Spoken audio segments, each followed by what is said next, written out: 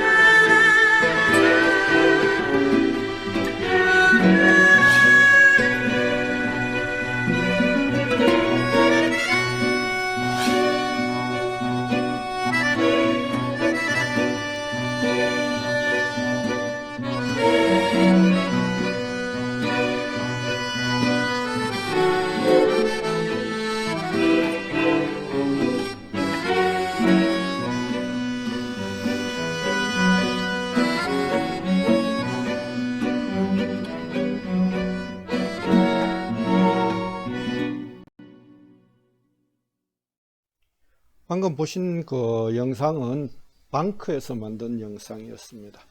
바로 여러분들이 꾸는 꿈이 대한민국의 미래가 될 것이라는 생각을 하게 됩니다. 자, 그러면은 먼저 우리나라에 있는 선사시대에 관한 몇 가지 그 문화재들을 보고 지나가도록 하겠습니다. 앞에서 보이는 것이 바로 여러분이 잘 알고 있는 고인돌. 고인돌의 그 용도란 게 뭘까요? 왜 고인돌을 만들었을까요? 이 고인돌이라는 것은 바로 무덤에 관한 것이죠. 무덤인데 이게 누구의 무덤일 건가라는 거죠. 평범한 평민들의 무덤일까 아니면 권력자의 무덤일까라고 얘기한다면 바로 권력자의 무덤이라고 우리가 일반적으로 얘기되어지는 것입니다. 근데 이 고인돌이 전 세계적으로 굉장히 많이 놓여 있는데 현재 학계에 보고된 걸로 한다면은 거의 전 세계적으로 8만여 기 정도가 발견되어서 존재하고 있다라고 보고되어 기록에 남아 있는데요. 그 중에서 한 절반에 가까운 4만여 기가 우리나라 지역에 존재하고 있습니다. 이 얘기는 뭔가 하면 우리나라 지역을 중심으로 한 이 부분들이 이 선사 시대에 바로 권력자들의 무덤이 이렇게 많이 남아 있다는 얘기는 이 지역이 바로 권력자의 중심 지역가 아니었겠느냐라는 얘기를 하게 되는 거죠. 그래서 거의 고인돌이라는 것이 우리 조상들과 관련되어진 곳에 무덤으로서 무덤 양식으로서 그 고스란히 남아 있죠.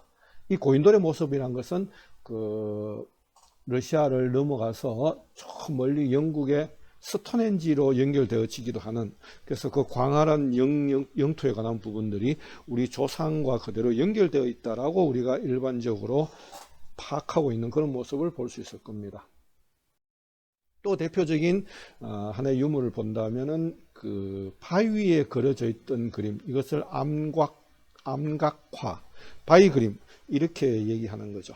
앞에서 보이는 이 장소는 어딘가 하면은 여기서 경산에서 부산으로 간다면은 경주를 통해서 가는 길도 있죠. 경부고속도로를 타고 간다면은 가다가 울산과 갈라지는 길이 나옵니다. 그래서 울산 쪽으로 가게 되면은 그 곳이 바로 울주군이고요. 거기에 언양면에 보면은 방구대 암각화가 나와 있습니다. 그 강변에 태화강이죠. 태화강에 바로 이런 방구대 암각화 그림이 나옵니다. 이 벽화 속에서, 암각화 속에서 나오는 여러 가지 그림인데요. 앞에서 보는 것처럼 동물의 모습이나 사람의 모습, 또는 고기의 모습, 고래의 모습, 사슴의 동물의 모습, 사슴, 이런 것들이 등장하고 있죠. 이런 그림이 그려졌다라고 얘기하는데, 여기에 등장하는 그림들을 보면 공통적으로 형태들이 나오는데, 사람의 모습도 등장하기도 하고요. 그 다음 두 번째 보게 되면 그물에 동물이 이렇게 잡혀 있는 그림이 그려지는 거죠. 그래서 이런 그림을 통해서 그 당시에 이미 우리 조상들은 이런 그물 같은 도구를 이용해서 사냥을 했다라는 것이 증명되기도 하죠. 세 번째 그림 같은 경우는 굉장히 의미 있는 그림인데요. 사람이 탈을 쓰고 춤을 추고 있는 그런 모습으로 보여지고 있습니다. 이런 행위가 이루어졌다는 것은 이미 그 당시에 주술적인 그런 행위들이 있었다라는 것을 증명하고 있는 그런 그림이 아닐까라고 생각되어집니다. 그 다음 네 번째 같은 경우 고래의 모습이죠. 고래가 새끼를 가진다라는 것을 알고 있다는 거죠. 그리고 다섯 번째 같은 경우 고래를 사냥했을 텐데, 고래를 사냥할 때 이런 뾰족한 화살촉이 들어가 있죠. 이런 것이 이제 사냥 도구로서 작살이라고 그러는데, 이런 작살 같은 경우를 포함시켜서 사냥의 도구로 사용했다라고 우리가 추정하고 있는 것이죠. 그리고 이 당시에 주로 등장하고 있는 유물들을 보게 되면 우리 고대의 유물로서는 공통적으로 우리 조상과 관련 있는 지역에 이 세 가지가 등장합니다. 이 세 가지는 뭔가 하면은 동검과 동거울과 옥구설, 이 세 가지가 나오죠. 그래서 검 같은 경우는 앞에서 보이는 것처럼 저런 모습을 가지고 있는데, 이런 모습을 뭐라는가 하면 비파형이란 말을 쓰죠. 비파형 동검, 그리고 옥구설, 그리고 거울, 이 세 가지를 가지고 우리가 이제 일반적으로 얘기할 때 산부인이란 말을 쓰기도 하는데요. 옛날 우리 고대에 내려오는 그런 역사를 보게 된다면은 이 세 가지를 가지고 있는 것은 바로 무덤에서 발견되어지는데요. 그 무덤이 이 세 가지에 있다는 얘기는 바로 뭔가 하면은 그 당시에 권력자들의 무덤이다라는 것을 증명하고 있는 거죠. 그랬 따진다면은 그 당시의 사람은 권력자라면은 이 세 가지를 지니고 있다라고 얘기할 수 있는 거죠. 이 세 가지가 바로 권력자를 상징하고 있다라고 얘기하는 거죠. 그래서 그 검을 들고 뭐 가슴에 동거울을 갖고 그다음에 옥구슬을 갖고 있는 그런 모습들이 바로 권력자의 상징이 아닐까. 그래서 이런 무덤 속에서 이 세 가지가 공통적으로 나오지 않을까라고 생각되어지는 거죠. 이 세 가지가 나타나는 발견되는 그런 무덤은 다 우리 한민족의 조상과 관련되어 있는 그런 지역에서 발견되어지죠. 이런 비판 동검이라는 것은 중국으로 가면은 발견되지 않는 그런 모습을 보게 될 텐데요. 이런 동거울, 동검 이런 것들이 되는 시기들을 보게 되면은 바로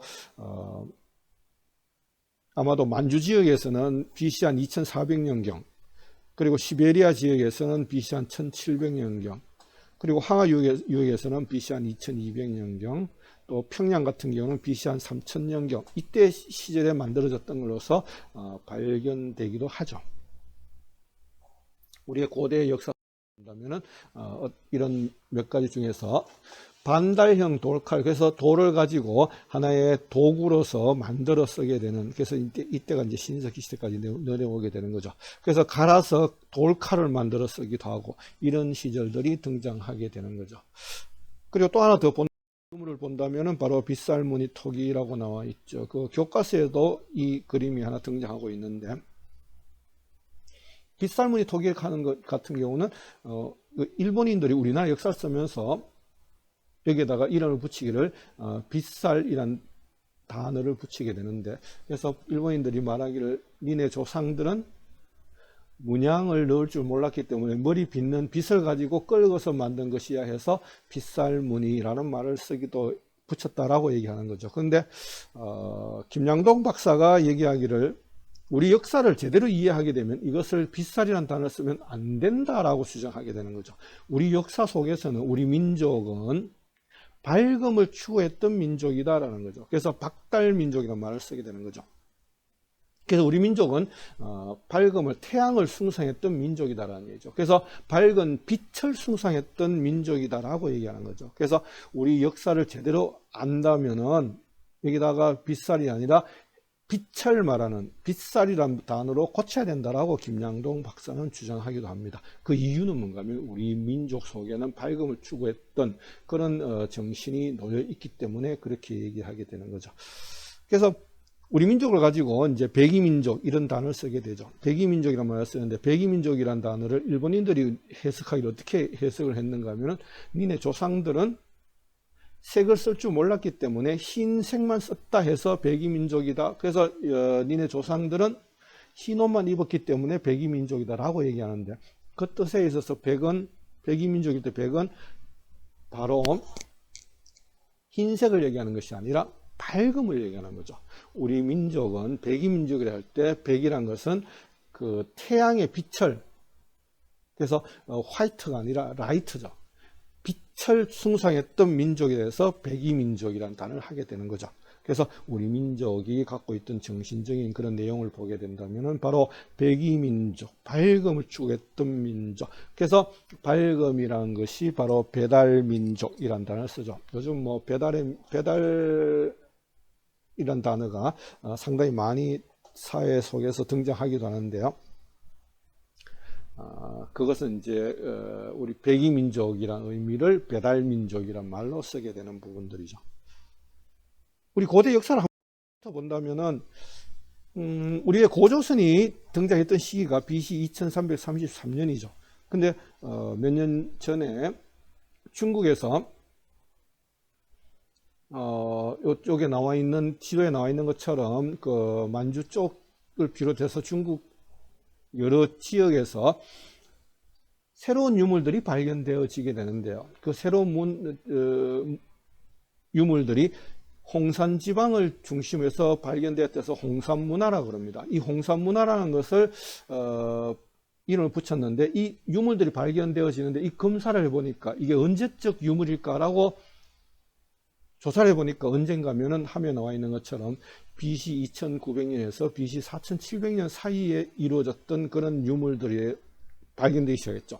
그렇게 되자 중국에서는 이 유물들을 다 덮어버렸죠. 더 이상 발굴하지 않고 덮어버렸는데, 왜냐하면은 BC 2900년부터 이전이라면은 우리 고조선이 BC 2333년부터 고조선이 이어졌다라고 얘기하는 거죠. 그래서 따져본다면 고조선 이전의 유물들에 해당된다라는 얘기를 하게 되는 거죠.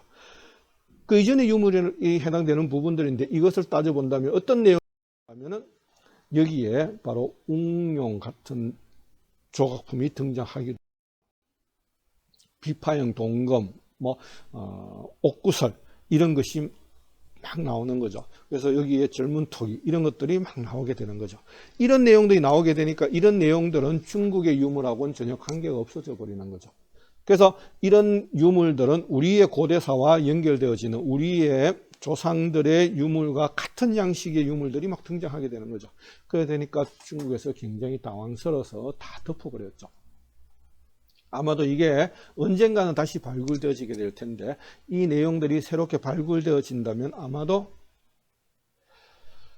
세계사는 새로 쓰여져야 되지 않을까라는 생각을 하게 됩니다. 그래서 중국에서 당황한 중국이 이 부분을 더 이상 발굴하지 못하고 이제 이 지역에 관한 역사를 중국의 역사로 편입시키는 그런 작업을 하기 시작했는 거죠. 그게 바로 중국에서 역사 왜곡을 하게 되는 동북공정이라는 그런 하나의 큰 역사 왜곡의 일들을 만들어지게 된 거죠. 그래서 지금 고대 역사와 고구려 역사까지도 중국의 역사다라고 주장하고 있는 그런 모습을 아마 여러분들이 많이 봐왔을 겁니다.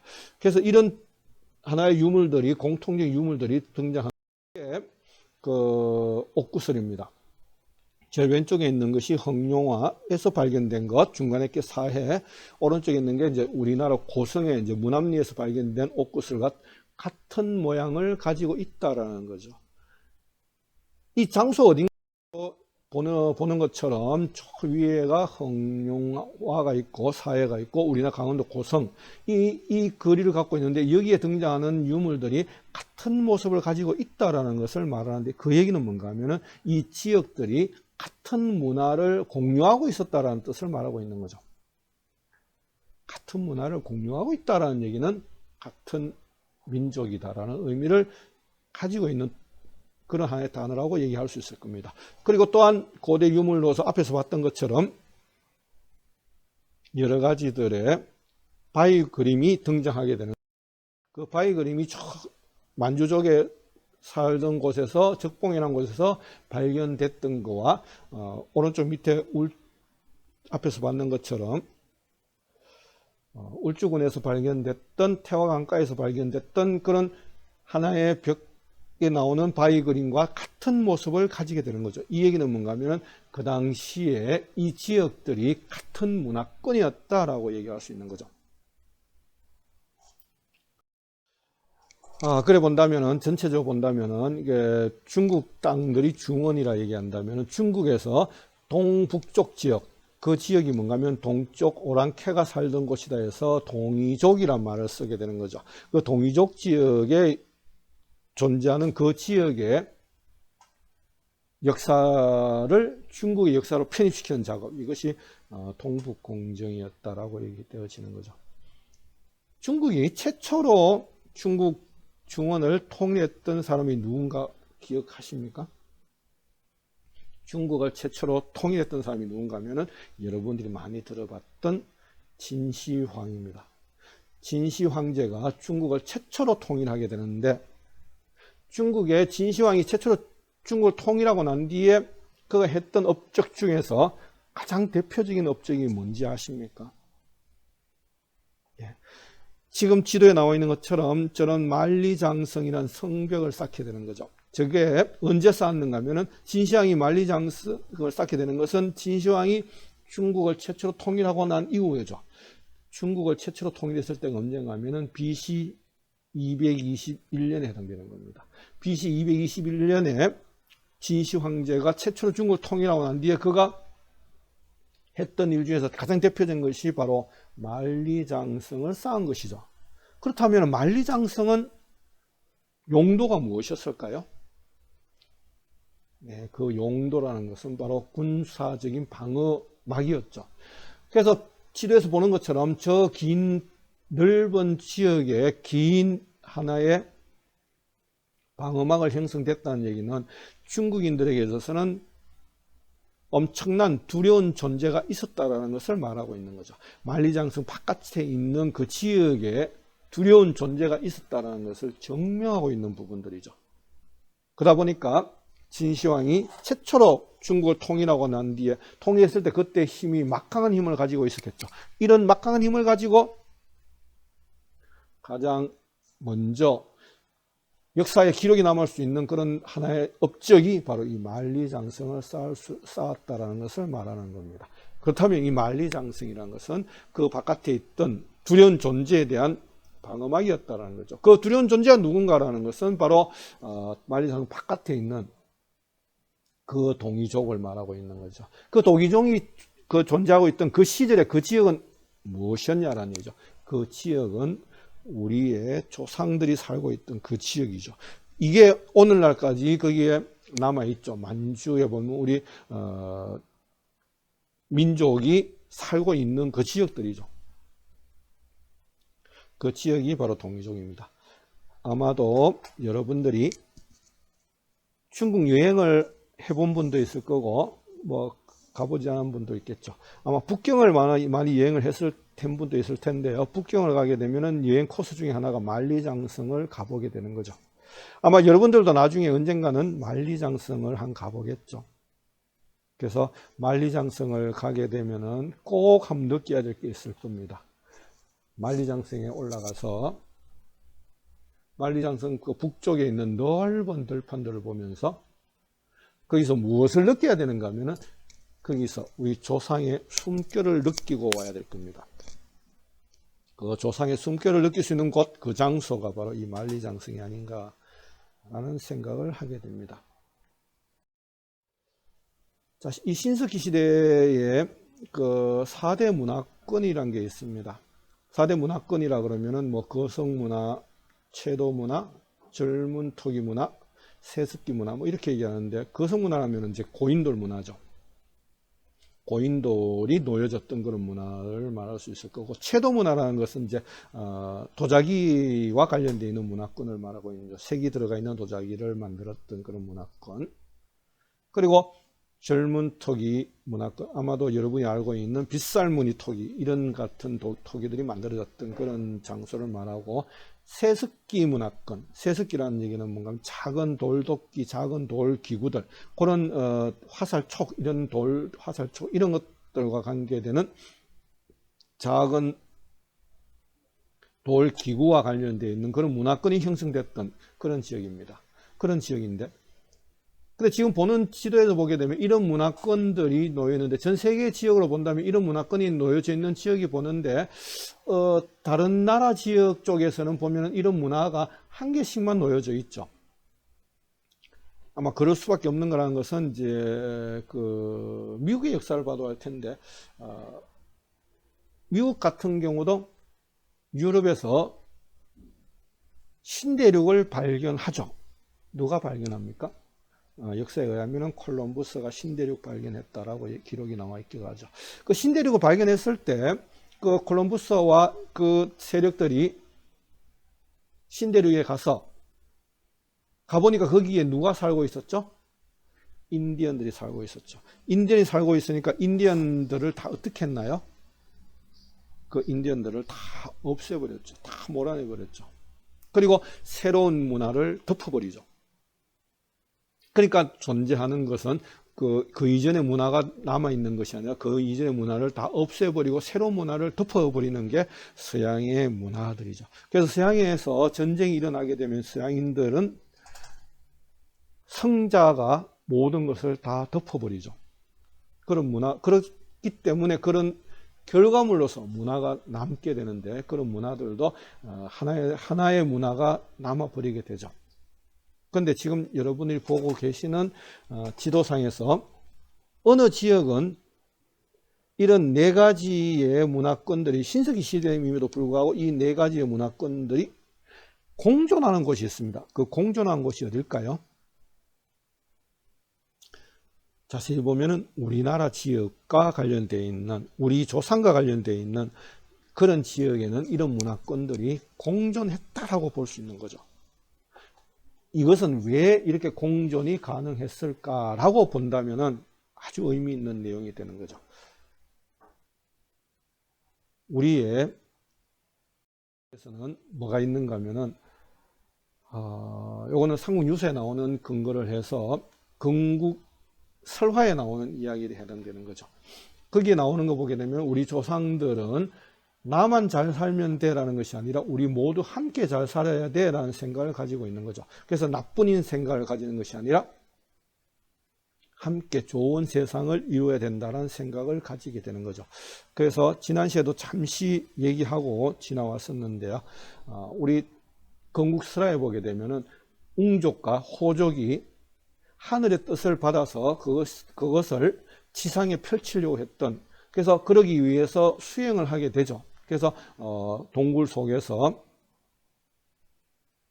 생활을 하게 되는데 마늘과 쑥을 먹으면서 생활하게 되는데 거기에서 그런 수행의 기간을 가졌던 부족이 바로 웅족이었죠. 그래서 웅족은 하늘의 뜻을 지상에 펼치는 그런 나라를 만들게 되죠. 그런 나라가 뭔가 하면은 바로 고조선이었죠. 그래서 고조선의 건국 이념에 해당되는 부분이 있다면은 바로 홍익정신을 바탕으로 한 함께 좋은 조화로운 세상을 만들고자 했던 그런 이념을 현실에서 시행했다라는 뜻을 말하고 있는 거죠. 그래서 지난 시간에 얘기한 것처럼 그래서 우리 민족은 태초에 건국할 때부터 수행의 문화를 가지고 있었을 뿐만 아니라 이제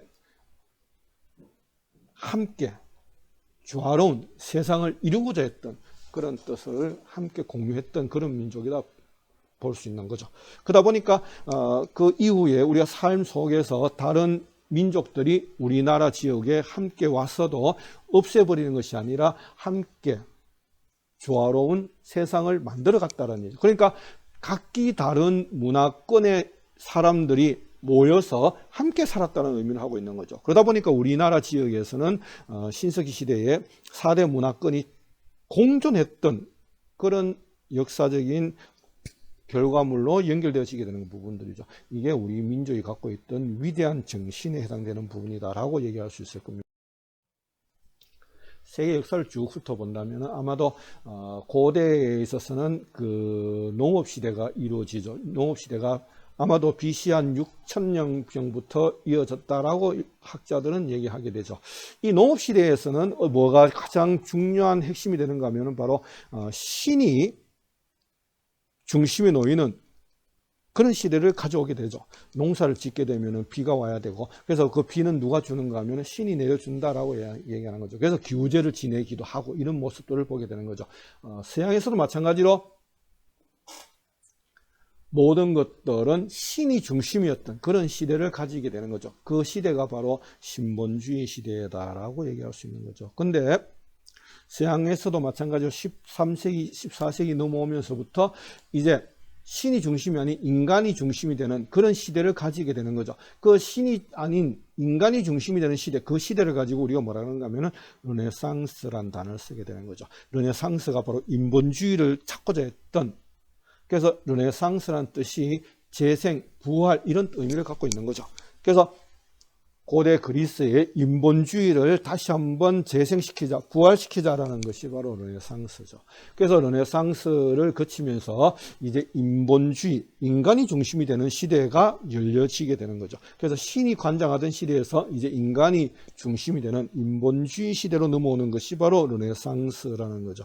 이런 르네상스를 지나면서 인간이 중심이 되는 시대를 지나면서 뭐가 되는가 하면은 바로 산업시대를 맞이하게 되는 거죠. 사회 속에서는 이제 산업혁명을 통해서 산업시대가 이어지게 되는 부분들입니다. 이 산업시대 시대에서 이제 나타나는 것이 20세기 넘어오면서부터 사회 속에서 IT, BT, NT 뭐 이런 것들이 나오죠. 그래서 IT 시대, 오늘날 여러분이 살고 있는 이 시대가 IT 시대다라는 얘기를 하게 되는 거죠. 우리나라가 IT의 세계적인 강국이다라고 얘기하는 부분들도 이런 거와 연결되어지는 부분들이고요. BT, 바이오 테크놀로지. 아마도 오늘날 이 바이오 산업 쪽에서 우리나라가 세계 최상위 그룹으로 나아가고 있지 않습니까? 코로나19 이 사태를 맞이하면서 우리의 바이오 체계가 세계적으로 인정받게 되는, 그래서 바이오 테크놀로지마저도 대한민국이 가장 앞서는 시대까지 가게 되는 그런 모습을 보게 될 겁니다. 그 나노 테크놀로지 이런 것들과 더불어서 또 한 가지가 바로 CT, 컬처 테크놀로지, 문화라는 거죠. 그래서 이런 산업들이 사회 속에서 가장 중요한 모습으로 등장하게 되는 그런 모습을 볼 수 있을 겁니다. 근데 여러분이 살아가야 될 21세기, 그 21세기는 어떤 시대일까라는 얘기죠. 그 21세기는 이러한 하나의 요소들이 따로따로 노는 것이 아니라 이것이 모두가 하나로 묶여진다는 얘기죠. 묶여진다는 얘기는 무엇인가 하면은 바로 융합의 시대로 나아가야 되겠다라는 얘기를 하게 되는 거죠. 그래서 세계적인 세계사를 쭉 훑어본다면은 앞으로 21세기에 가야 될 방향이라는 것은 바로 이 문화를 가지고 IT나 BT나 NT를 묶어내는 그러한 시대를 맞이하게 될 거다라는 얘기죠. 그래서 우리 민족이 이러한 부분에 있어서, 우리나라가 이러한 부분에 있어서 세계적인 가장 앞서가 있는 그런 모습으로 나아가고 있는 모습이 자랑스러운 모습이 아닌가라는 생각을 하게 되는 거죠. 이런 모습을 가기 위해서는 이제 역사 속에서 14세기부터 16세기까지 르네상스라는 것이 있었듯이 이제 또 한 번의 제2의 르네상스가 필요하지 않냐라는 것을 얘기하는 거죠. 그래서 신이 중심일 때 그 시대라는 것은 신만이 모든 걸 해결할 수 없었던 시대가 가졌던 거죠. 그리고 르네상스 이후에 인본주의 시대를 맞이하게 되겠지만 산업시대를 가져오면서 산업시대 속에서의 또한 사회적으로 많은 문제점을 가지고 있죠. 인간의 고독과 또는 양극화라든지 이런 모습들이 엄청나게 많은 사회적인 문제점으로 대두되게 되어지는 거죠. 이런 부분들을 제2의 르네상스를 통해서 융합의 시대로 가야 된다라는 얘기를 하게 되는 거죠. 그래서 미래의 시대라는 것은 바로 인간만이 중심이 되는 것이 아니라 바로 이런 신본주의와 인본주의의 결합 상태, 그런 시대가 바로 도래할 시대가 아닌가라는 생각을 하게 되는 거죠. 오늘날 너무나 잘 알고 있듯이 우리의 문화가 전 세계적으로 이끌어가게 되는 문화 강국으로서의 대한민국을 또 한 번 여러분이 보게 될 겁니다. BTS의 모습이라든지 여러분이 잘 알고 있는, 그래서 이제 팝 본고장에 가서 K-팝이라는 것이 사회적인 기준이 되어버렸죠. 세계적인 기준이 되어버리는 그런 모습을 보게 될 텐데, 결국 한국이라는 것이 CT 시대를 몰고 올 거다라는 얘기죠. 컬처 테크놀로지 시대를 이끌어가게 되는 그런 세계적인 중심 국가로 도약하게 될 거다라는 뜻을 말하고, 원래 보는 바와 같이 뉴스에서도 많이 접했는 것처럼 봉준호 감독이 기생충이라는 것을 영화를 가지고 세계적으로 우뚝 서버렸던 그런 모습을 보게 될 겁니다. 이런 문화가 전 세계적으로 대한민국의 문화가 새로운 하나의 중심이 되어지는 그런 모습으로 나아가는 모습을 확인할 수 있겠다는 생각을 해보게 됩니다. 바로 이런 것들이 우리가 일반적으로 얘기할 때 한류라는 말을 쓰게 되는 거죠. 이런 한류라는 것이 도대체 뭔가라는 얘기죠. 이런 한류에 대한 정체성이 뭔가라고 한번 따져본다면, 이 한류라는 것은 우리나라 고대의 말로 따져본다면 바로 풍류라고 얘기하는 거죠. 우리 민족의 조상들은 풍류를 즐겼던 그런 민족이죠. 이런 풍류라는 것은 함께 어우러지는 하나의 어울림이었죠. 함께 조화로운 세상을 만들었던, 상생의 정신을 가졌던, 어울림의 세상을 만들어갔던 그런 것이 바로 우리 한류의 뿌리이고 유전인자에 해당된다고 볼 수 있을 겁니다. 이런 정신의 한류의 근원이라는 것은 우리 역사적으로 따져본다면 고대의 고조선이 만들어졌을 때 바탕에 깔려있던 사상으로 얘기되어 줄 수 있는 거죠. 그것이 바로 홍익정신이다라고 얘기하는 거죠. 이런 홍익정신에 관한 것들을 지난 시간에 우리나라의 국학이다라고 얘기했죠. 이런 국학이라는 단어가 등장하게 되고 이런 국학이라는 것은 하늘과 땅과 생명은 하나였다는 생각에서부터 출발되어진다라고 얘기하는데 그래서 이 천지인 사상이란 말을 쓰기도 하죠. 그리고 이러한 정신, 국학 이런 것들은 우리 건국 이념에 고조선의 건국 이념에 등장하는 홍익인간 이화세계라고 얘기되어지는 거죠. 이 내용들이 오늘날에 와서 우리의 정신으로 우뚝 솟아 있는 거죠. 이것이 바로 한국의 정신이다라고 얘기할 수 있을 겁니다. 우리 문화를 통해서 우리의 정신에 대한 것들을 새롭게 볼 수 있는 그런 시간이 될 텐데요. 오늘은 여기까지 얘기하고 다음 시간에는 우리의 정신에 관한 것들을 조금 더 얘기하면서 우리 문화에 대한 것들을 알아볼 수 있는 시간을 갖도록 하겠습니다. 네, 감사합니다. 다음 시간에 뵙도록 하겠습니다. 수고하셨습니다.